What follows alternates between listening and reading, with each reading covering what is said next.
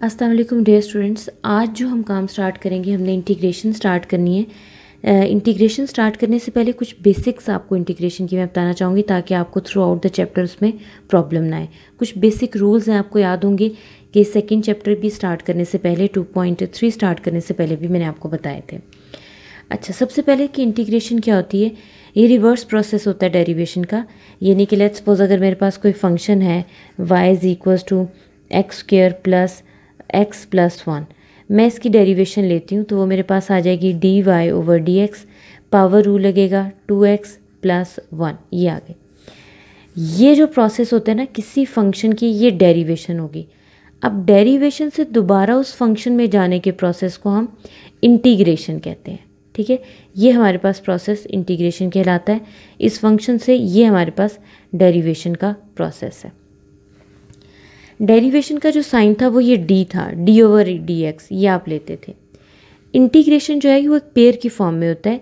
ये उसका साइन होता है, थोड़ा सा टिल्ट करके आप बनाते हैं, और ये डी एक्स जिस रिस्पेक्ट से आप इंटीग्रेट कर रहे हैं, अगर वाई के रिस्पेक्ट से कर रहे हैं तो डी वाई आ जाएगा।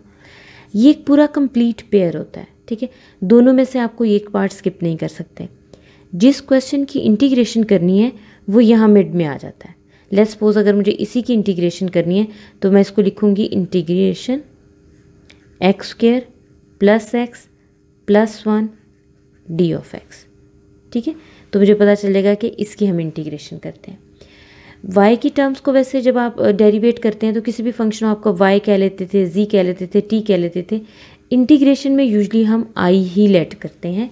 वैसे आप कुछ भी लेट कर सकते हैं, लेकिन ज़्यादातर बुक्स में आपको i ही लेट किया हुआ नज़र आएगा। ठीक है, अच्छा, एक और चीज़, काफ़ी ज़्यादा रूल्स इसके ऐसे ही हैं जैसे डेरिवेशन के थे कि अगर आपके पास कोई टर्म है ऐड हो रही है तो आप इंटीग्रल अलग अलग कर देंगे। जैसे एक्स स्क्वायर अलग कर दिया आपने, एक्स अलग कर दिया और कांस्टेंट अलग कर दिया। ठीक है, सेम इसी तरह। अच्छा, अब सबसे पहले तो एक इम्पॉर्टेंट फार्मूला, पावर फार्मूला, उसको हम देखते हैं कि पावर फार्मूला क्या है। डेरिवेशन का पावर फार्मूला आपके पास था, पावर पहले, पावर में से एक माइनस, पावर छोड़ के डेरिवेशन। इसका ज़रा रूल ज़रा ध्यान से सुनिएगा। आपने किसी भी टर्म की, लेट्स सपोज कोई भी आपके पास टर्म है जिसकी यहाँ पे पावर है लेकिन पावर कांस्टेंट होनी चाहिए। ये आपके पास n should be constant value, variable की बात नहीं हम कर रहे। ठीक है, आपने इसकी इंटीग्रेशन करनी है। उसके लिए एक चीज़ जहन में रखिएगा कि पावर छोड़ के पावर पे हाथ रखें, जो भी टर्म बचती है आपके पास, ठीक है, u है या जो भी टर्म आपके पास बचती है, उसकी डेरिवेशन आपके पास इस जगह साथ पड़ी हुई होनी चाहिए। ठीक है, ये बस आपने जहन में रखना है। ये आगे जब अप्लाई होगा तो आपको आइडिया होता जाएगा। तो ये पावर फार्मूला आपके पास होता है, पावर में एक ऐड करना है डिवाइडेड बाय ये जो टर्म है ये एग्जैक्टली नीचे आ जाएगी, साथ आएगा प्लस सी। सी आपके पास एक्चुअली होता है कांस्टेंट ऑफ इंटीग्रेशन, जो कि आपने आंसर में एक दफ़ा लिखना ज़रूरी होता है। अब आप ये कहेंगे कि ये कहाँ से आ गया। चलें हम इसी क्वेश्चन में, जिसकी हम एग्जाम्पल्स को अभी हम डिस्कस कर रहे थे, अब ये जो एग्जाम्पल है हमारे पास, जिसको हमने अभी एग्जाम्पल तो नहीं कहेंगे, जो फंक्शन हमने लिया था, अब इसी को हम चेक करते हैं। यही फार्मूला लगा के, मैंने सिर्फ एक ही फार्मूला आपको बताया है कि ये इसकी डेरिवेशन है तो इसकी इंटीग्रेशन दोबारा ये फंक्शन बनता है या नहीं बनता। चलें अब इसको देखते हैं। चलें, एक फंक्शन हम लेते हैं y is equals to x square plus x plus 1, इसको डेरिवेट करते हैं। ठीक है, तो ये हमारे पास आ जाएगा d y over d x, power formula अब अप्लाई करेंगे तो ये टर्म आ गई। अब हमने पढ़ा है कि इंटीग्रेशन जो होती है वो रिवर्स प्रोसेस होता है। ठीक है, तो इसकी जो इंटीग्रेशन है वो दोबारा वही फंक्शन बनना चाहिए। तो हम क्या करते हैं, डी एक्स को अगर हम दूसरी साइड पे ले जाएं तो आ जाएगा 2x plus 1 into D x, taking integral on both side, तो ये आपके पास डी वाई बन गया। इंटीग्रल आ गया 2x plus 1 D of x. अच्छा, यहाँ पे एक और इम्पॉर्टेंट चीज़ याद रखिएगा, अगर आपके पास इंटीग्रल और डी, इनके दरमियान में तो अगर कोई टर्म है, जैसे ये टर्म है ना, तो आप इसकी इंटीग्रेशन करेंगे।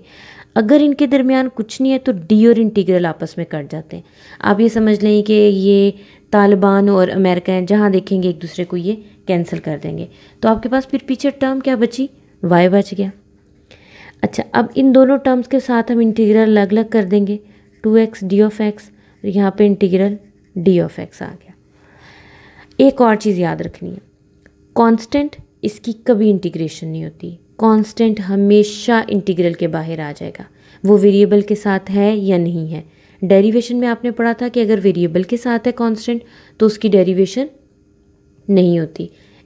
इंटीग्रेशन में किसी सूरत में इसकी इंटीग्रेशन नहीं होगी, ये बाहर आ जाएगा x डी ऑफ एक्स, और ये आ गया dx आ गया। अभी मैंने आपको एक चीज़ बताई थी कि अगर कोई टर्म नहीं है, 1 तो ऑब्वियसली नहीं एग्जिस्ट करता ना, तो ये आपस में कैंसिल हो गई। अच्छा जी, अब देखिए x की पावर आपके पास क्या है 1, और अगर मैं 1 पे हाथ रखूं तो x की डेरिवेशन क्या है 1, तो 1 तो आगे एग्जिस्ट करता है ना, तो ये हमारे पास आ जाएगा 2, इस पे पावर फॉर्मूला लगेगा 1 + 1 डिवाइडेड बाय 1 + 1, और ये आपके पास पीछे बच गया x, तो ये मेरे पास क्या टर्म बन जाएगी 2x² divided by 2 plus x, यानी कि 2 से कैंसिल हो गया, तो x² प्लस x आ गया y। अब हम देखते हैं कि हमारे पास वही फंक्शन आया, नहीं, उस फंक्शन में तो हमारे पास साथ 1 भी था, लेकिन वो 1 डेरिवेशन में ख़त्म हो गया था। अब देखिए इसमें 1 है ही नहीं है, तो हमें क्या पता यहाँ पे कांस्टेंट था नहीं था तो कौन सा था, ठीक है। तो हमेशा याद रखिएगा डेरिवेशन में कांस्टेंट एलिमिनेट हो जाते हैं, इसीलिए जब हम उसकी इंटीग्रेशन करते हैं तो साथ एक c हमेशा लिखते हैं। इसका मतलब होता है कि अगर ओरिजिनल क्वेश्चन में कोई कांस्टेंट था जो डेरिवेशन की वजह से 0 हो गया था, तो वो ये c है, ठीक है। अगर नहीं था तो ऑब्वियसली इसकी कोई वैल्यू नहीं होगी, तो ये हमारे पास आ गई सिंपल इसकी टर्म। ये तो अब आपने थोड़ी बहुत इंटीग्रेशन करना सीख ली। अब इसके 1-2 फार्मूलाज मैं आपको और बताती हूँ। तो चलिए हम एक एक करके फार्मूलाज लिखते जाते हैं जो अभी तक हमने देखे हैं। सबसे पहली चीज़ मैंने आपको ये बताई है कि कांस्टेंट की इंटीग्रेशन नहीं होती, कांस्टेंट बाहर आ जाता है, ठीक है। दूसरी चीज़ मैंने आपको ये बताई कि अगर आपके पास dx और इंटीग्रल अकेले हों तो ये आपस में कैंसिल हो जाते हैं और आपके पास x आता है, ठीक है। तीसरी चीज़ मैंने आपको पावर फार्मूला बताई कि अगर आपके पास पावर कांस्टेंट है, वेरिएबल पावर के लिए नहीं है, कांस्टेंट पावर है, तो पावर पे हाथ रखें और देखें उसकी डेरिवेशन साथ पढ़िए, ठीक है। तब आप पावर फार्मूला अप्लाई करेंगे जो होता है n+1 डिवाइडेड बाय n+1। जो पावर में आपने ऐड किया है वही एग्जैक्टली टर्म नीचे आएगी, साथ कांस्टेंट ऑफ इंटीग्रेशन आएगा। अभी तक हमने ये 3 फार्मूलाज किए। अब देखिए चौथा फार्मूला। चौथा फार्मूला उसको हम कहते थे लॉग का रूल, ठीक है, the log rule. Log rule आपके पास ये होता है कि अगर आपके पास कोई एक्सप्रेशन नीचे है, कोई भी एक्सप्रेशन नीचे है, ठीक है, उसकी पावर है या नहीं है जो भी है, उसकी एग्जैक्टली डेरिवेशन ऊपर पड़ी है इंक्लूडिंग पावर, ठीक है।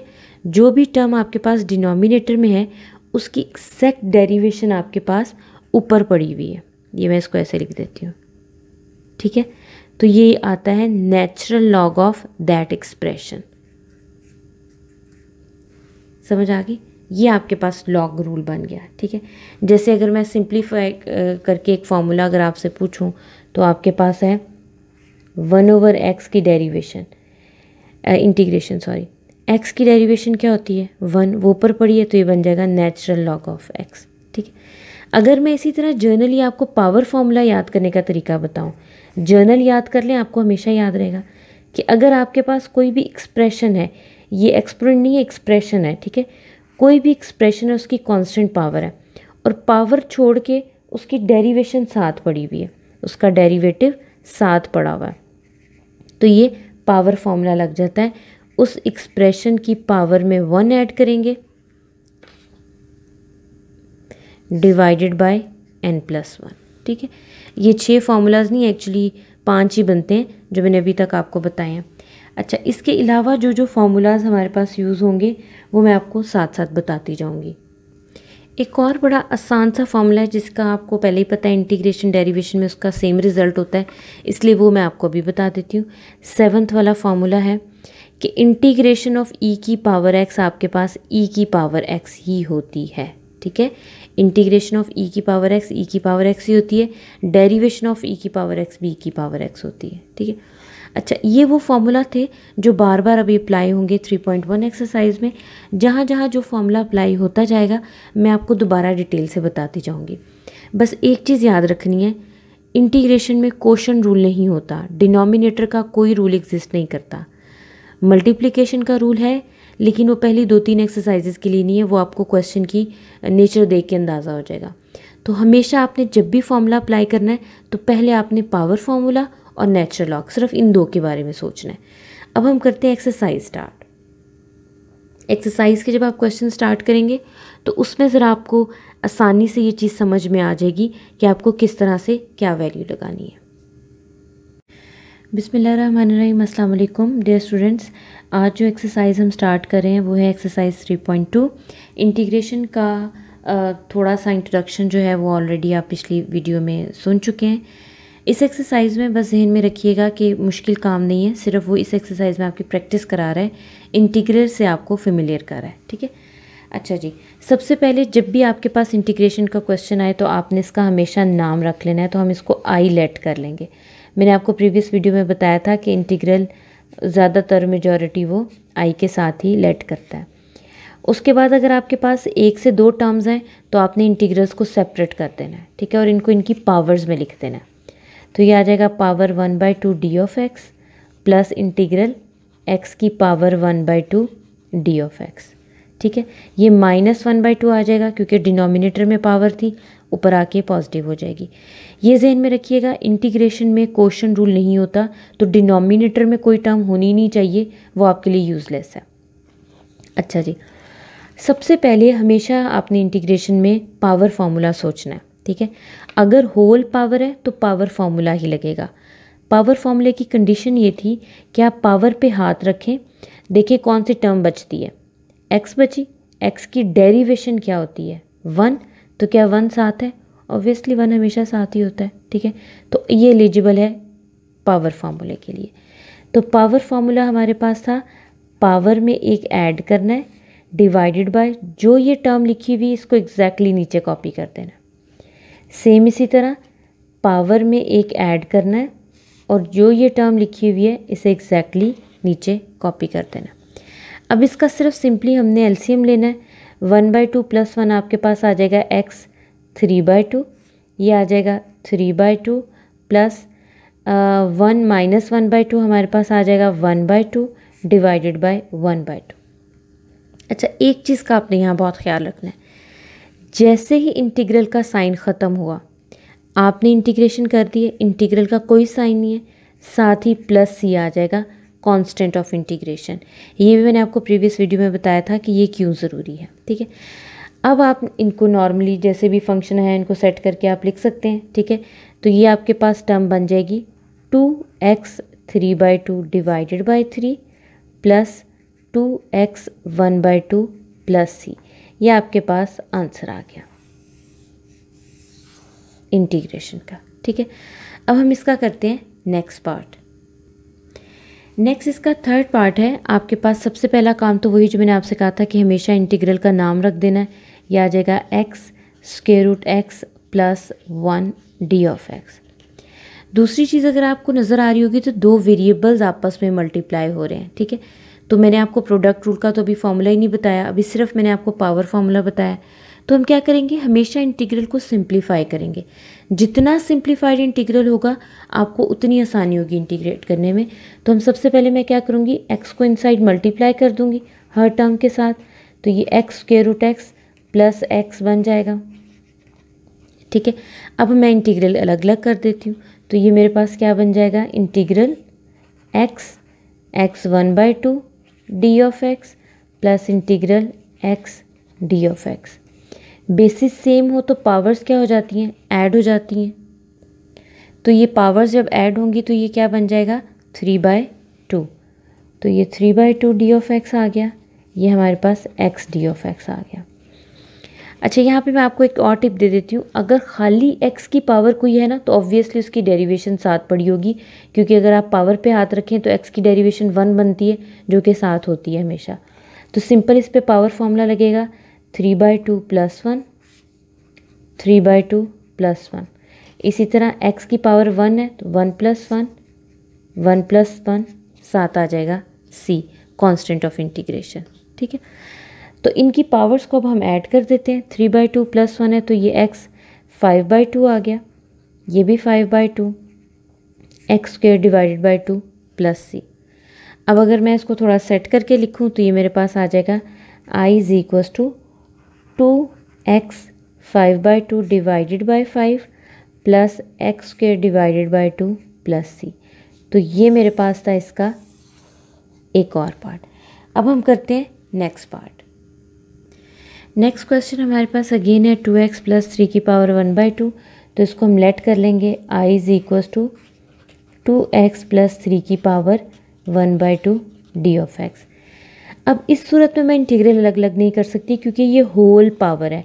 तो पहले पावर ओपन होगी, अगर ये पावर स्क्वायर होती, क्यूब होती, तो मैं स्क्वायर या क्यूब का फॉर्मूला अप्लाई करती और बड़ी इजीली इसको ओपन कर लेती। अब ये 1/2 है, इसका तो मुझे कोई फॉर्मूला नहीं आता।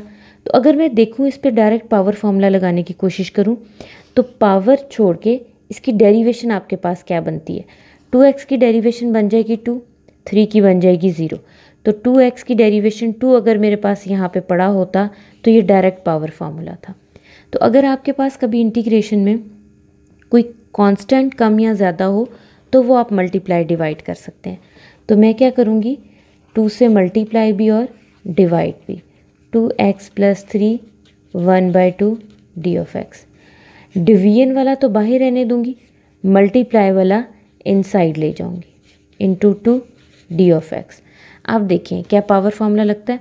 अब अगर मैं पावर पे हाथ रखूं तो मुझे बताएं 2x + 3 की डेरिवेशन क्या बनती है इस टर्म की, 2 7 पड़ी है, तो ये एलिजिबल है फॉर्मूला अप्लाई होने के लिए। ठीक है, तो हमारे पास ये क्या आ जाएगा 1/2, जो भी एक्सप्रेशन है उसकी पावर में 1 ऐड कर देंगे, डिवाइडेड बाय 1/2 + 1 + c। अब अक्सर बच्चों के जहन में आएगा कि मिस ये 2 कहाँ गया। ये तो आप समझ लें कि एक रिश्वत है ये फॉर्मूला लगाने के लिए, वो आप इसको देंगे तो फॉर्मूला अप्लाई करने के लिए आप एलिजिबल हो जाएंगे। ठीक है, तो ये इसके साथ नहीं आएगा।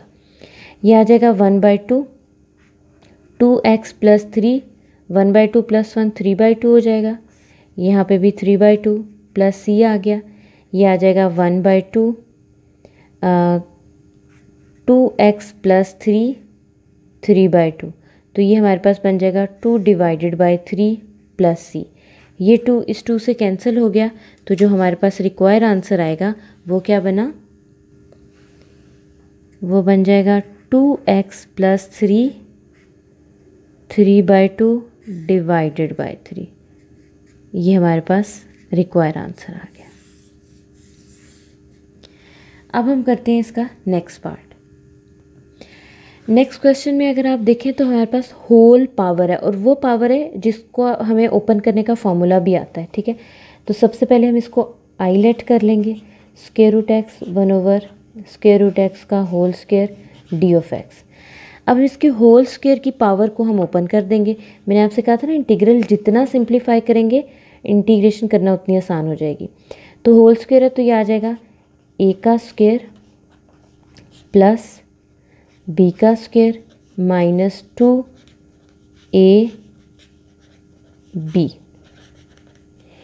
ठीक है, तो ये आ जाएगा, ये स्क्वायर इससे कैंसिल तो x, ये स्क्वायर इस स्क्वायर रूट से कैंसिल तो 1/x, ये पूरी टर्म इससे कैंसिल तो -2। ये हमारे पास आ गया। देखिए पावर्स ही ख़त्म, स्क्वायर रूट ही ख़त्म, चीज़ सिंप्लीफाई हो गई। अब इसको लिखते हैं अलग अलग करके इंटीग्रल की फॉर्म में। तो ये आ जाएगा x d(x) 1/x d(x) -2 d(x).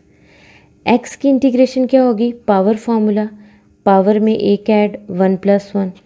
अब ज़रा इसको देखिएगा और इस टर्म को हमेशा के लिए याद कर लें कि जब भी आपके पास 1/x डिनोमिनेटर में x हो और x की पावर 1 हो तो कभी पावर फार्मूला नहीं लगता, नेचुरल लॉग का फार्मूला लगता है। डिनोमिनेटर की जो टर्म है उसकी डेरिवेशन हमारे पास 1 ऊपर मौजूद है, तो ये बन जाएगा नेचुरल लॉग ऑफ x, -2 बाहर चला गया, ये आ जाएगा d(x). ठीक है, तो ये हमारे पास आ जाएगा x² / 2 plus natural log of x, D और इंटीग्रल कैंसिल, -2x प्लस सी। तो ये हमारे पास आ गया आंसर। और इसमें इस क्वेश्चन में हमने सीखा एक नया नेचुरल लॉग वाला फार्मूला। पावर फार्मूले के साथ अब हमारे पास इंट्रोड्यूस हो गया नेचुरल लॉग का फार्मूला। अब हम करते हैं इसका नेक्स्ट पार्ट। नेक्स्ट क्वेश्चन में हमारे पास डिनोमिनेटर आ गया और मैंने आपको बिल्कुल स्टार्ट में बताया था कि इंटीग्रेशन में डिनोमिनेटर का कोई सोल्यूशन नहीं है, ठीक है। तो इसको हम नॉर्मल अलजेब्रिक टेक्निक से कोशिश करेंगे कि अगर हमारे पास डिनोमिनेटर ख़त्म हो जाए, अगर क्या हमें यकीनन कोशिश करनी है। तो पहले इसको आईलेट कर लिया। आपने बचपन में एक चीज़ पढ़ी होगी कि a plus B divided by C हो तो हम इसको लिख सकते हैं a over C plus B over C, इस तरह लिख सकते हैं ना। इसी तरह स्क्वायर रूट को हम अलग अलग कर देंगे, तो ये बन जाएगा 3x over square root x, 2 over square root x D of x, ठीक है। अब फर्दर हम इंटीग्रल अलग अलग कर देंगे, तो ये बन जाएगा 3 कांस्टेंट बाहर चला गया, x over square root of x D of x, 2 constant बाहर चला गया, 1 over x D of x.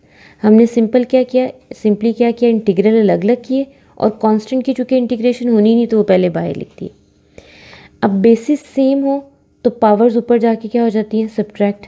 तो ये हमारे पास आ जाएगा x1 minus 1/2 D of x, क्योंकि डिनोमिनेटर ही तो हमें ख़त्म करना है। सेम इसी तरह इसकी पावर ऊपर जाके 1/2 हो जाएगी।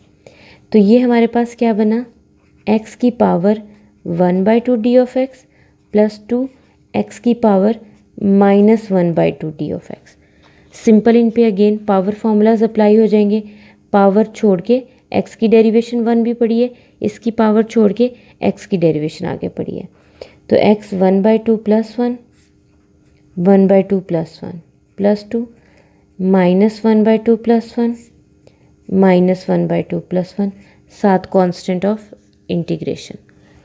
तो ये आ जाएगा 3x 3/2 divided bye 3/2 plus 2x 1 minus 2 plus 1, तो ये आ जाएगा 1/2 प्लस सी, ठीक है। अब इसको मज़ीद सिंप्लीफाई करके लिखेंगे तो ये हमारे पास क्या टर्म बन जाएगी, ये जो हमारे पास 3 है, पहले तो ये 3 कैंसिल होगा, ठीक है। तो हमारे पास ये बन जाएगा 2x 3/2, क्योंकि डिनोमिनेटर का जो डिनोमिनेटर होता है वो एक्चुअल न्यूमरेटर होता है। ये 2 ऊपर जाके मल्टीप्लाई हो जाएगा, तो ये आ जाएगा 4x 1/2 प्लस सी। ये हमारे पास आंसर आ गया, ठीक है। तो एक और चीज़ हमें इसमें पता चली है, वो ये है कि अगर हमारे पास फ्रैक्शन की कोई टर्म आती है तो हमने क्या करना है, उसको ख़त्म करने की कोशिश करनी है कोई अलजेब्रिक टेक्निक लगा के। कोई ज़्यादा मुश्किल फार्मूला को सोचने की तरफ आपने नहीं जाना। अब हम करते हैं नेक्स्ट क्वेश्चन। नेक्स्ट क्वेश्चन पे अगर आप गौर करें, सबसे पहले तो मैं इसको लेट करूँगी, ठीक है। Let i is equals to integral 1 minus square root X का square divided by square root x D of X. अब इसमें एट अ टाइम अगर आप देखें तो 2 टर्म्स आ रही हैं। ये होल स्क्वायर वाला फॉर्मूला ये भी आप एक क्वेश्चन में कर चुके हैं। एक आपके पास डिनोमिनेटर है, फ्रैक्शन मैंने आपसे कहा था होनी नहीं चाहिए, फ्रैक्शन जो है बिल्कुल ख़तरनाक है हमारे पास इंटीग्रेशन में। तो सबसे पहले हम क्या करते हैं, फॉर्मूला ऊपर से ओपन करते हैं स्क्वायर का, ठीक है। तो ये हमारे पास आ जाएगा a minus b whole square, तो ये आ जाएगा a square plus b square minus 2ab divided by square root of x D of x, ठीक है। तो इसको अगर हम फर्दर सिंप्लीफाई करें तो ये हमारे पास आ जाएगा 1 प्लस स्क्वायर रूट कैंसिल हो गए, minus 2 square root x divided by square root of x D of x, ठीक है। स्क्वायर ख़त्म हो गया, तो अब इसको हर टर्म्स के साथ अलग अलग कर लेंगे, अभी जैसे बिल्कुल अभी प्रीवियस क्वेश्चन में हमने सीखा था सेम उसी तरह, ठीक है। तो ये आ जाएगा integral 1 over square root x plus integral x over square root x, साथ dx भी लिखते जाते हैं और साथ ही साथ मैंने इसको सेपरेट भी कर दिया, square root x D of x. Simply मैंने क्या किया है, ये जो डिनोमिनेटर है इसको 1 के साथ भी डिवाइड किया है, इसको इस टर्म के साथ भी किया है और इसके साथ भी किया है और तीनों को अलग अलग भी कर दिया, ठीक है। अच्छा जी, अब इसकी पावर ऊपर जाके क्या बन जाएगी, x minus 1/2 D of x. इसकी पावर ऊपर जाके सब्ट्रैक्ट हो जाएगी, अभी प्रीवियस क्वेश्चन में हमने सेम किया उसी तरह, और ये वैसे ही कट जाएगा, तो ये आ जाएगा -2 इंटीग्रल डी ऑफ एक्स। ठीक है, अब इन पे लगेंगे पावर फार्मूलाज। ठीक है, एक्स की पावर 1/2 है तो आ जाएगा -1/2 + 1 -1/2 + 1 1 माइनस, तो इसको तो अभी हमने माइनस भी नहीं किया, तो ये हमारे पास आ जाएगी 1/2 डी ऑफ एक्स। डी और इंटीग्रल कैंसिल हो गए तो 2x आ गया। अब अगले स्टेप में इस पे पावर फॉर्मूला हम अप्लाई करेंगे। ठीक है, तो -1/2 + 1 हमारे पास आ जाएगा x 1/2 1/2 x 1/2 + 1 1/2 + 1 -2x + c। तो ये हमारे पास टर्म क्या बन जाएगी 2, क्योंकि डिनोमिनेटर का जो डिनोमिनेटर होता है वो एक्चुअली न्यूमरेटर ही होता है। 2 √x + x 3/2 divided by 3/2 -2x + c। ठीक है, तो इसको अगर हम सिंप्लीफाई करें तो आ जाएगा 2 √x 1/2 भी लिखा रहने दें, उससे भी कोई फ़र्क नहीं पड़ता, और ये आ जाएगा 2x 3/2 divided by 3 -2x + c i। तो ये इसका रिक्वायर आंसर है। तो इस क्वेश्चन से हमने क्या टेक्निक सीखी है, जो आप इस एक्सरसाइज में टेक्निक सीख रहे हैं ना, ये आपको सिर्फ 2 एक्सरसाइजेज में टेक्निक सिखाएगा, उसके बाद बाकायदा वो इंटीग्रेशन के क्वेश्चंस करेगा। अगर ये आप इन्हीं क्वेश्चंस में टेक्निक सीख लेंगे तो नेक्स्ट क्वेश्चंस में जाके आपको नज़र आएगा कि यही चीज़ें वो बार बार रिपीट कर रहा है। तो इस क्वेश्चन में हमने क्या टेक्निक सीखी, हमने ये सीखी कि एट अ टाइम अगर आपके पास स्क्वायर भी आ जाता है और क्वेश्चन भी आ जाता है तो आपने दोनों में से पहले स्क्वायर ओपन करना है, फिर क्वेश्चन को ख़त्म करना है, और क्वेश्चन हमेशा ख़त्म ही आपके पास होगा, उसके बगैर आप अपना क्वेश्चन नहीं कर सकते। ठीक है, ये था हमारे पास क्वेश्चन नंबर 1 3.2 एक्सरसाइज का। अस्सलाम वालेकुम डियर स्टूडेंट्स, आज जो एक्सरसाइज हम कर रहे हैं वो हमारे पास है एक्सरसाइज 3.2, उसका हम क्वेश्चन नंबर 2 कर रहे हैं। क्वेश्चन नंबर 1 हम प्रीवियस वीडियो में आप देख चुके होंगे, सेम उसी पैटर्न पे हम करेंगे, लेकिन इसमें थोड़ा सा डिफ़िकल्टी लेवल ज़्यादा हो जाएगा। अच्छा जी, सबसे पहले हम लेट कर लेंगे इसको I = integral 1 - x² 1 + x² d of x. एक चीज़ याद रखिएगा, जब भी आपके पास पावर इंटीग्रल में पावर सेम हो जाएंगी, यानी कि इम्प्रॉपर फ्रैक्शन बन जाएगा, तो आपने इसको प्रॉपर में कन्वर्ट करना है। इंटीग्रेशन क्या, मैथ में कोई भी चीज़ इम्प्रॉपर फ्रैक्शन के लिए नहीं है। तो ये जो आपने 5th चैप्टर में फर्स्ट ईयर में पढ़ा भी होगा पार्शियल फ्रैक्शन में, तो प्रॉपर बनाने के लिए हम क्या करेंगे, इसको डिवाइड करेंगे। ठीक है, तो ये हमारे पास आ जाएगा, डिनोमिनेटर हमेशा बाहर आता है, न्यूमरेटर इनसाइड आ जाता है। ठीक है, तो इसको हम क्या करेंगे, डिवाइड करेंगे। डिवीजन के लिए हम क्या करेंगे, इसको -1 से मल्टीप्लाई करेंगे। ठीक है, तो ये आ जाएगा हमारे पास -1 और आ जाएगा जी -x²। अब आप कहेंगे कि -1 से क्यों मल्टीप्लाई किया, क्योंकि एक्चुअली हमने ये इनसाइड x² को कैंसिल करना है, इस वाले को। तो अगर मैं सेम टर्म से अगर 1 + x लिख देती तो एक दफ़ा साइन चेंज होने होते हैं डिवीजन में, आई होप सो आपने सीखा ही होगा। ठीक है, तो इसलिए हम इसको -1 से मल्टीप्लाई करेंगे, -1 - x²। अब इसके साइन चेंज हो जाएंगे, डिवीजन में हमेशा साइन चेंज होते हैं, तो ये कैंसिल हो गया, ये आपके पास आ जाएगा 2। अब इसको लिखने का तरीका याद रखिएगा कि ये आपके पास क्या होता है, इंटीग्रल, डिनोमिनेटर कभी भी अपनी जगह नहीं छोड़ता। ठीक है, और ये जो रिमाइंडर आपके पास होता है ये हमेशा डिनोमिनेटर के साथ ऊपर न्यूमरेटर में रहता है, और ये जो आपके पास टर्म होती है ये यहाँ पे आ जाएगी।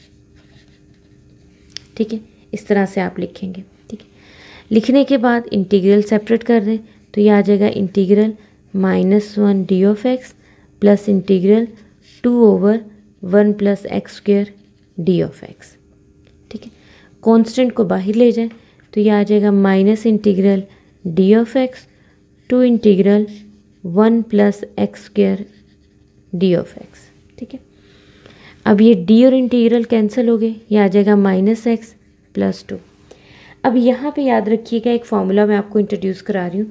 अगर आपको याद हो तो आपने डेरिवेशन पढ़ी थी, derivation of tangent inverse of x, जो कि 1 + x² थी।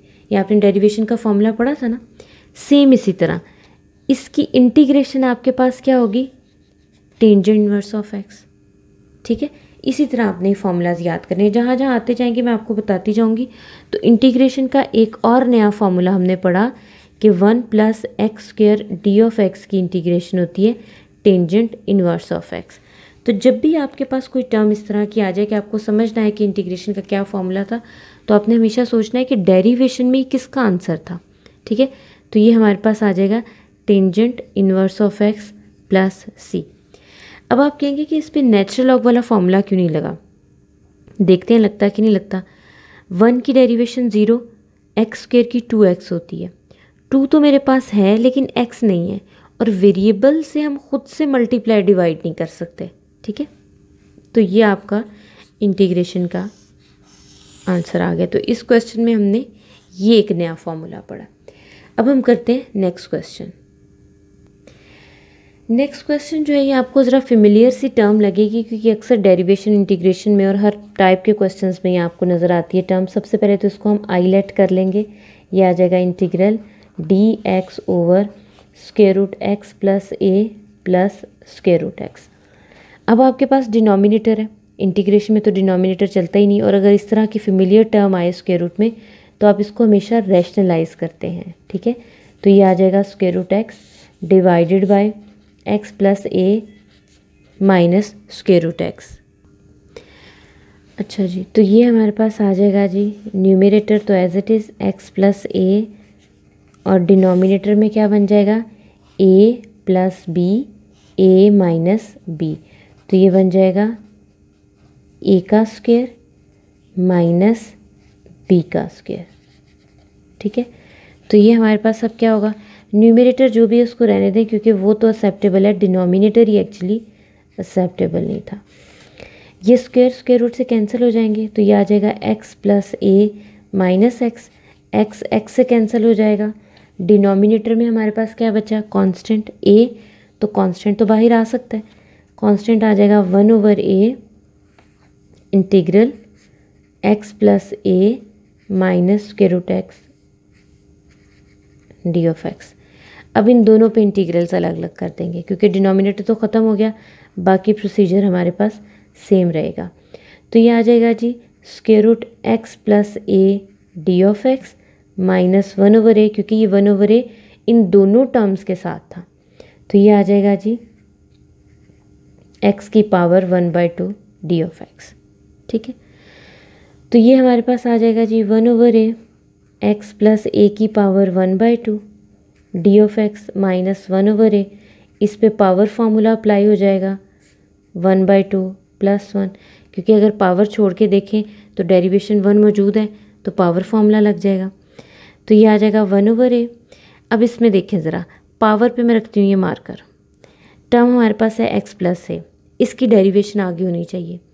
x की डेरिवेशन 1, कांस्टेंट की 0, तो 1 ही बनती है, 1 है तो इस पे पावर फार्मूला लग जाएगा x + a की पावर 1/2 + 1 1/2 + 1 माइनस ये आ जाएगा 1/a x की पावर 3/2 डिवाइडेड बाय 3/2। ठीक है, तो ये हमारे पास क्या बनेगी टर्म, ये आ गया 1/a x 3/2 माइनस 1/a, 2 ऊपर चला जाएगा 2/a x 3/2 divided by 3 plus C यहाँ पे भी आएगा। तो इसको भी अगर हम सेट करके लिख लें एक दफ़ा, और तो ये हमारे पास आ जाएगा 2/3a। अगर आप देखें तो इसके अंदर भी यही टर्म है, इसके अंदर भी 2/3 है, तो दोनों को कॉमन ले सकती हूँ, x 3/2 माइनस x 3/2 आ जाएगा। ठीक है, ये x + a था, सॉरी यहाँ से मिस हो गया। ठीक है, ये था x + a, इसकी होल पावर 3/2 थी। ठीक है, प्लस c हमारे पास आ गया। ठीक है, तो ये हमारा रिक्वायर आंसर है। किया मैंने इसमें कुछ भी नहीं है, ये 2 ऊपर ले गई हूँ तो 3 नीचे था, ये 2 3a आ गया, दोनों में 2 डिवाइड बाय 3a कॉमन था, बाकी टर्म्स मैंने एज इट इज़ लिख ली। ठीक है, अब हम करते हैं इसका नेक्स्ट क्वेश्चन। नेक्स्ट हमारे पास क्वेश्चन है a-2x पावर 3/2। अगर आपको याद हो तो क्वेश्चन 1 में भी सेम इसी तरह का एक क्वेश्चन था। तो सबसे पहले इसको लेट कर लेते हैं, i is equal to integral a-2x 3/2 d of x. ठीक है, अब हम क्या करते हैं, देखते हैं इस पे पावर, क्योंकि होल पावर है तो टेक्निकली पावर फॉर्मूला लगना चाहिए। अब पावर भी ऐसी नहीं है कि होल 3 या 2 है जो मैं फॉर्मूला ओपन कर सकूं, पावर भी ज़रा कॉम्प्लिकेटेड है। तो मैं इस पर रखती हूँ पेन और देखती हूँ कि जो टर्म मेरे पास पावर के बगैर है इसकी डेरिवेशन क्या बनती है। ए की डेरिवेशन 0 है, -2x की क्या हो जाएगी, x की तो 1 हो जाएगी, -2 एज इट इज़ रहेगा, क्योंकि कांस्टेंट के साथ, अगर वेरिएबल के साथ कांस्टेंट हो तो कांस्टेंट की डेरिवेशन नहीं होती। मतलब डेरिवेशन -2 है, जो कि 7 पड़ी हुई होनी चाहिए और वो 7 नहीं है। तो मैं सिंपल क्या करूँगी, -2 से मल्टीप्लाई और डिवाइड करूँगी। मल्टीप्लाई वाला -2 इनसाइड ले जाऊँगी तो ये बन जाएगा -1/2 integral a-2x 3/2 -2 D of x. ठीक है, तो ये मेरे पास क्या हो जाएगा, -1/2।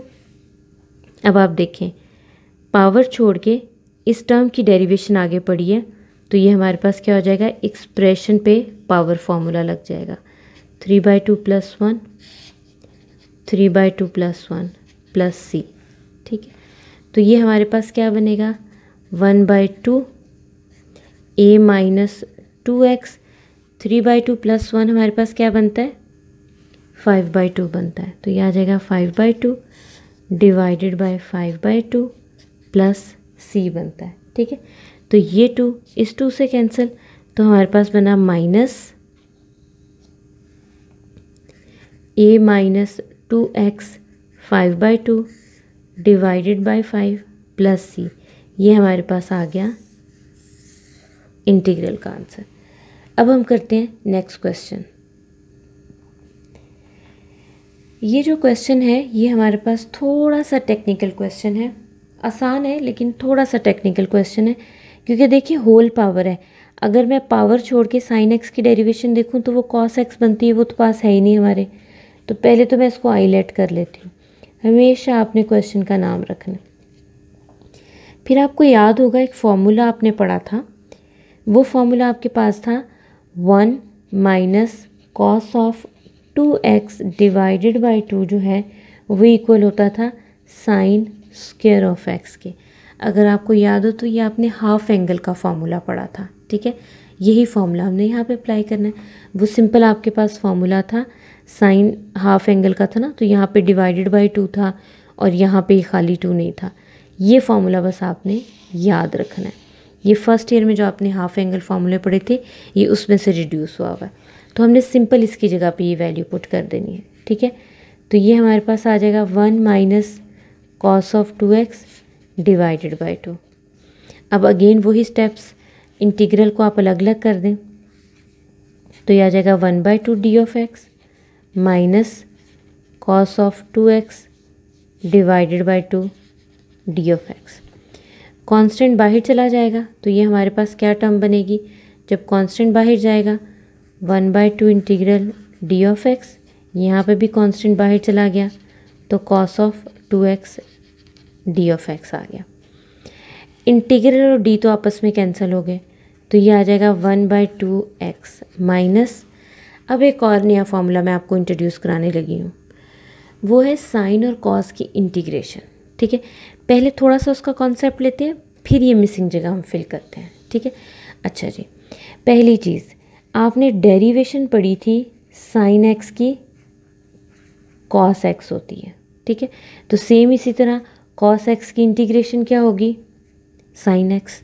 ठीक है, आपने डेरिवेशन पढ़ी थी कॉस एक्स की होती है माइनस साइन एक्स। ठीक है, तो इसी तरह साइन एक्स की इंटीग्रेशन क्या होगी, ये माइनस साइन इधर लगा लें, माइनस कॉस ऑफ एक्स। ठीक है, ये चीज़ आपने याद रखनी है। अच्छा, अब ये तो था कि अगर आपके पास फंक्शन नॉर्मल हो, नो प्रॉब्लम। जब आपने डेरिवेशन पढ़ी थी तो आप करते थे साइन एक्स की derivation cos x into angle की डेरिवेशन।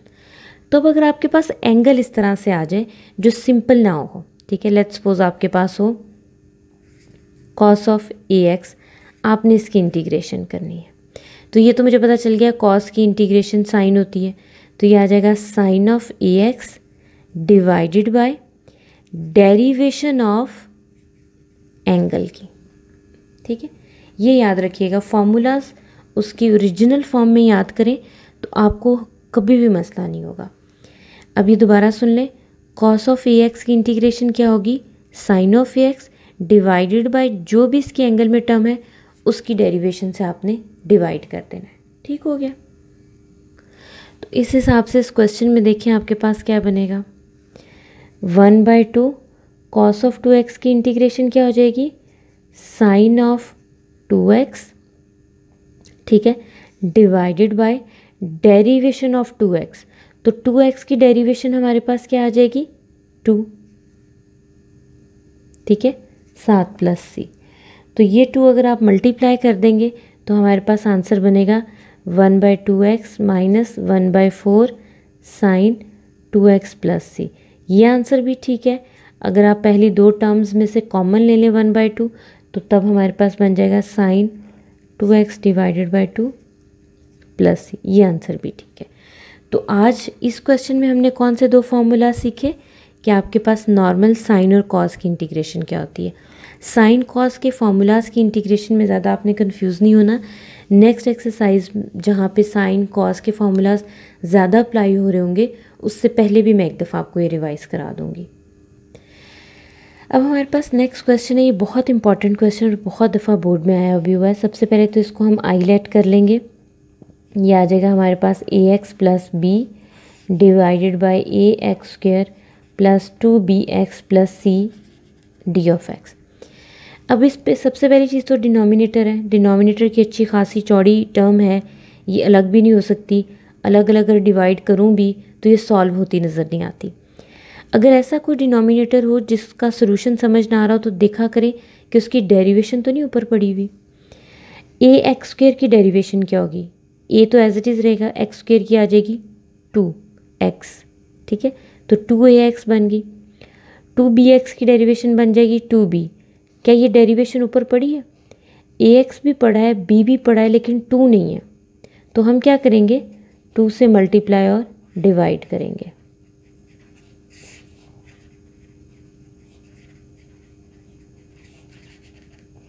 ठीक है, मल्टीप्लाई वाला इनसाइड ले जाएंगे और इनसाइड जाके मल्टीप्लाई कर देंगे, डिवीजन वाला बाहर रहने देंगे। ठीक है, अब देखें जो टर्म डिनोमिनेटर में है उसकी डेरिवेशन ऊपर पड़ी है। ठीक है, तो ये बन जाएगा नेचुरल लॉग का formula, natural log ax² 2bx + c और +c। ये हमारा रिक्वायर्ड आंसर आ गया। ठीक है, ये वही नेचुरल लॉग का फॉर्मूला है जो हम पहले भी पढ़ चुके हैं। ठीक है, तो अब हम करते हैं नेक्स्ट क्वेश्चन। ये हमारा आज की एक्सरसाइज 3.2 का लास्ट क्वेश्चन है according to the smart syllabus. इसको भी सबसे पहले हम आईलेट कर लेंगे। ये भी सेम उसी तरह होगा जैसे हमने साइन वाला क्वेश्चन किया था। इसमें भी आपके पास टेंजेंट स्क्वायर है, तो इसका मतलब है हमने इसके स्क्वायर को किसी ना किसी तरह ख़त्म करने की कोशिश करनी है। तो अगर आपको याद हो तो एक फार्मूला आपने पढ़ा हुआ था, tangent square of x equal आपके पास होता है सीकेंट स्क्वायर ऑफ x के इक्वल, सीकेंट स्क्वायर x -1। तो हम इसकी जगह इसकी वैल्यू पुट कर देंगे, तो ये आ जाएगा secant square of x -1 d of x। Integral अलग अलग कर देंगे तो ये secant square of x d of x minus d of x आ गया। अच्छा, अब यहाँ पे ज़रा 1 मिनट सोचिएगा कि आपने डेरिवेशन में किस चीज़ की डेरिवेशन ये पढ़ी थी, कौन सी टर्म थी जिसका आंसर ये आता था। तो वो टर्म आपके पास थी, पहले मैं इसका डेरिवेशन का फॉर्मूला आपको लिख के बता देती हूँ कि आपने पढ़ा था derivation of tangent of x equal था सीकेंट स्क्वायर ऑफ x के। ठीक है, अगर आपको डेरिवेशन के फॉर्मूलाज आते हैं तो इंटीग्रेशन उसी का इन्वर्स है। तो इसका क्या मतलब हुआ, डेरिवेशन ऑफ सीकेंट स्क्वायर आपके पास क्या बनता है, टेंजेंट ऑफ x। अब आप ये सोचेंगे कि हमने टेंजेंट स्क्वायर ऑफ एक्स की जगह क्यों नहीं कोई वैल्यू पुट की, क्योंकि हमने टेंजेंट एक्स की डेरिवेशन तो पढ़ी थी, हमने टेंजेंट स्क्वायर की डेरिवेशन का कोई है ही नहीं हमारे पास, ठीक है, फॉर्मूला। तो इसकी जगह पे हमारे पास आ जाएगा टेंजेंट ऑफ एक्स, ये कैंसिल, प्लस सी, ये हमारे पास आंसर आ गया, ठीक हो गया। अच्छा, तो हमने नया फॉर्मूला इसमें कौन सा पढ़ा है, हमने ये पढ़ा है कि secant square of x D of x की इंटीग्रेशन होती है टेंजेंट ऑफ एक्स, ये एक फॉर्मूला आप नोट कर लें। इसके साथ ही ये एक्सरसाइज हमारी 3.2 ख़त्म होती है। अगर आपको इस एक्सरसाइज के बारे में कुछ पूछना है, कोई क्यूरी है, कोई क्वेश्चंस हैं या कोई चीज़ क्लियर नहीं हुई, तो कमेंट बॉक्स में आप कमेंट करके उसमें पूछ सकते हैं। खुदा हाफिज़।